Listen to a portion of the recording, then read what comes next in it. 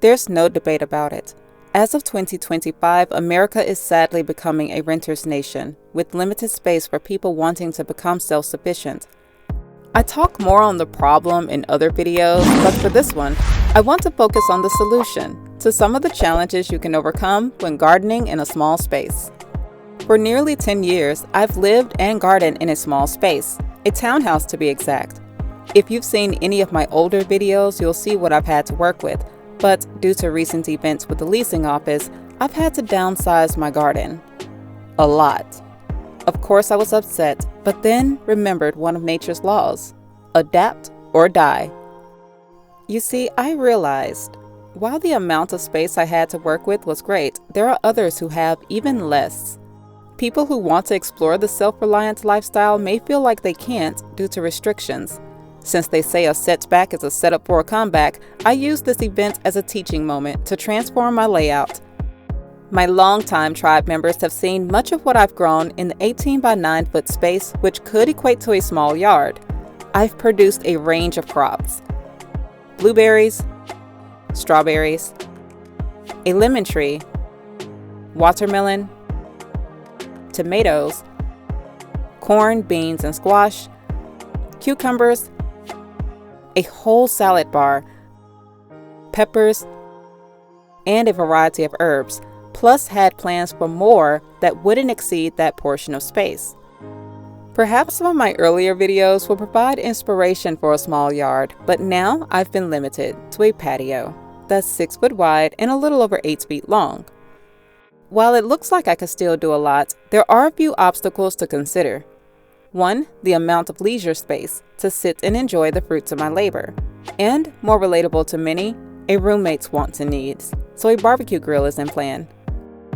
With those two things in mind, I'm realistically working with about a quarter of the patio, 30 inches in width and 80 in length, to be stored either along the long side or 6 foot in width and 30 long on the short.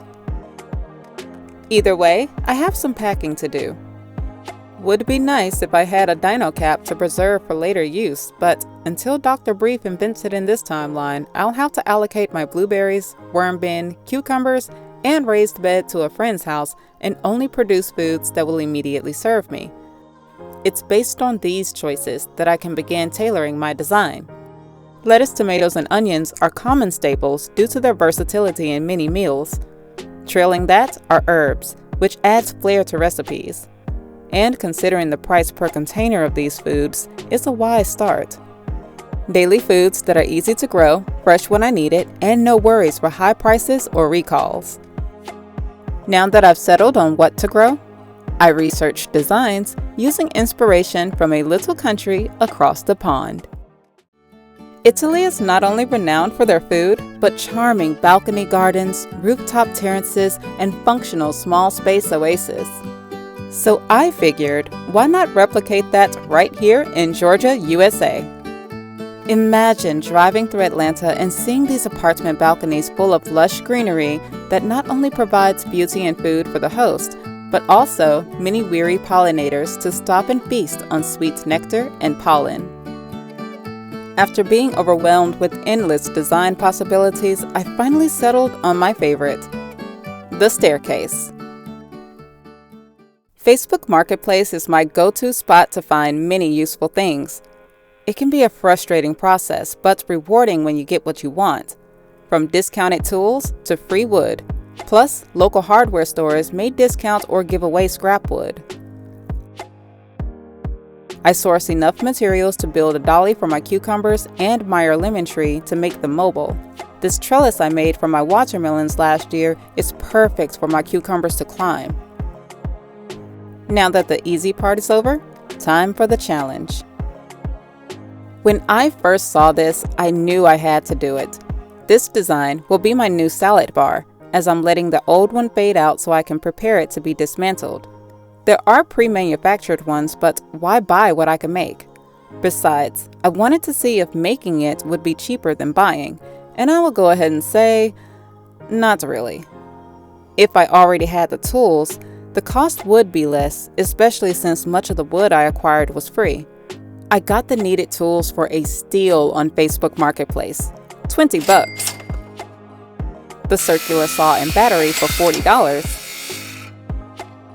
this drill bit set for $5, some exterior screws I already had but needed different sizes, so that ran me about $30 at the hardware store. And later in the project, I decided adding wheels was a great idea, so it was the Buck Blaster, at $50 for this entire box of 24 gray wheels, which breaks down to $2.08 a piece. Everything totals $145, but because I sold a tool I didn't need from the $20 set, it put $30 back in my pocket. The final total, $115. For the price, I could have bought whatever, but at least I get to make it how I want, plus I invested in some tools for future projects. Still winning. While I aim to be resourceful, I understand you might not be as handy or have the time, so I will link in the description some designs I found useful for small spaces. Now, cedar or redwood is ideal due to its durability against time and the elements. If you can afford it, be my guest. But the point of this is to be resourceful and use what I can find for as low as possible. I plan not to extend the staircase past 30 inches from back to front and 26 inches from frame to frame.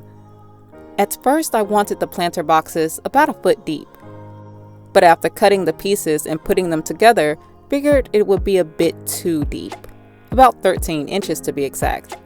Since I also wanted it to be 4-tiered, it would drastically alter the height. So I cut the post down to 8 inches, which put the total depth at 9. Still plenty of room to grow underground foods like carrots, potatoes, garlic, and onions. For the most part, building the staircase was smooth, but with a few obstacles. Despite shaving some length off the planters, making the staircase 4-tiered would still be a bit much. So 3 it is.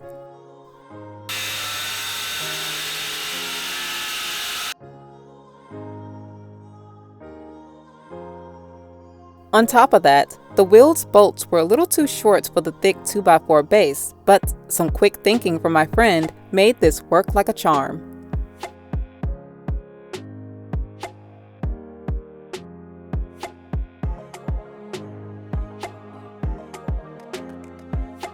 Within a week, it was complete.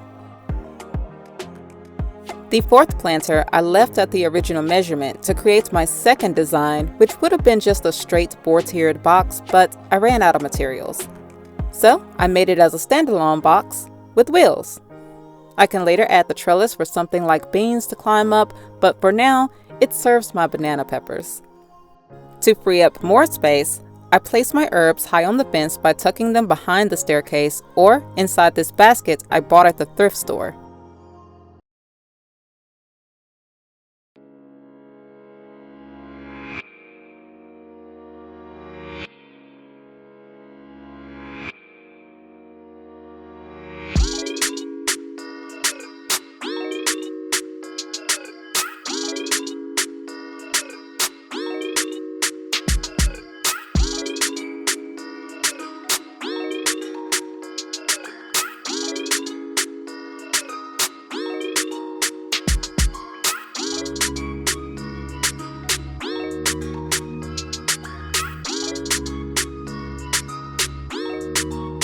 Now, I originally configured everything to be on the long side of the fence, but later noticed the short side gets longer sunlight. Either way, it works out wonderfully. Now that you've seen my new space, here are a few tips and tricks to help you get started on your own. Honestly, there are so many designs and unique setups, I can't even begin to list every idea. But some key things to keep in mind is the amount of sunlight, variety of plants you choose, and ways to plant vertically to save space. This is tailored to your situation, so feel free to be as creative as you'd like. Also, companion planting is a great practice I'll address in a different video. Again, if you've seen the space I had before, then there is an array of options for you to experiment with design-wise. I myself had a cage for my blueberries, 2 raised beds, and some containers. If you own the property, you can plant in-ground or in raised beds, but be aware that most plants such as mint and strawberries should never be planted in-ground unless you have the time and money to dig it all up later. Also, keep in mind your likelihood of moving. If that's the case, or if you rent the property, containers are the best. Include plans for empty spots to rotate out crops. Even in an apartment or condo with access to only a small patio or balcony, there is still a lot you can achieve here. Containers and raised beds on wheels are your best bet. These save you the headache of dismantling in the future, or if you just need to move it around quickly. The bigger the wheels, the easier it is to move because once you put dirt inside, it will get heavier. You can do all swivel or 2 swivel and 2 fixed wheels. Planters that are designed for rails are great for herbs, but you can also get a deep wire basket to hang on the inside of railings using zip ties. Small raised beds with a removable trellis are all about that balcony life. Check Facebook Marketplace for old racks that can act as plant stands. Tall structures that can be tucked in corners are perfect. Plant varieties that vine and grow well in containers will maximize your space. Also, plants that thrive in at least 6 hours of sun. Now here's where it gets tricky. What if you have no outdoor space and very little sunlight? If you are planning to move into an apartment with a desire to garden, then address this with your leasing office to see if they could place you in a spot that receives adequate amount of sunlight. If you are already situated, then choose plant varieties that don't require a lot of sun and place them near a window or use grow lights. Lettuce in particular do well under these, and for plants that require warm soil temps, use heat mats. You don't have to run these 24/7, you can cut them on during the day and off at night. As far as space is concerned, consider planting high in hanging baskets and build shelves or hanging boxes. Those same tall structures I mentioned before can be tucked in corners as well. Here are some other designs to spark your creativity, along with plant varieties that do well indoors with little light.